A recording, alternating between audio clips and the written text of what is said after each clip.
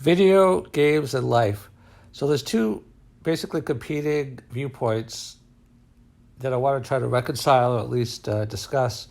So one is that video games kind of like remove you from life and make it more difficult to cope with life because you're just living in a fantasy world. So that's the idea of like the person that can't hold a job, all they do is play video games all day. They're not building up their social skills, can't relate to people that well.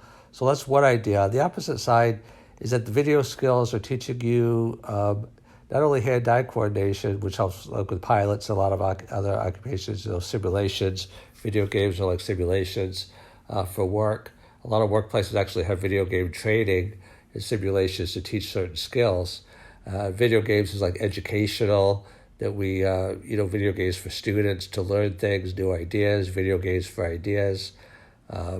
So that can be applied to almost any profession. Or video games is also like social skills training. Video games is kind of like coding skills.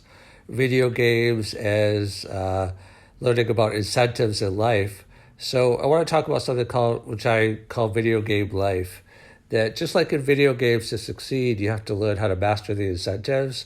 That the same thing is true in life. You have to learn how to master your own incentives. That's called self-discipline or self-control. And then you have to learn how to relate to other people, to have incentives in the world.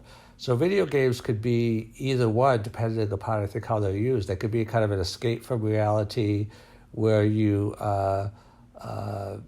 just tune everything out and you don't care about the world. Or it could be kind of like a preparation for reality, where you learn to build the skills and the incentives and the knowledge and the self-awareness. Just like you could have dedication to life, you could have dedication to a video game and building up your skills. So what determines whether the video game is adaptive or the opposite of adaptive, whatever that is? I think it's like anything in life. Like you could use things in a good way or a bad way. And I like to hear other people's opinions about, what makes video games adaptive versus not adaptive.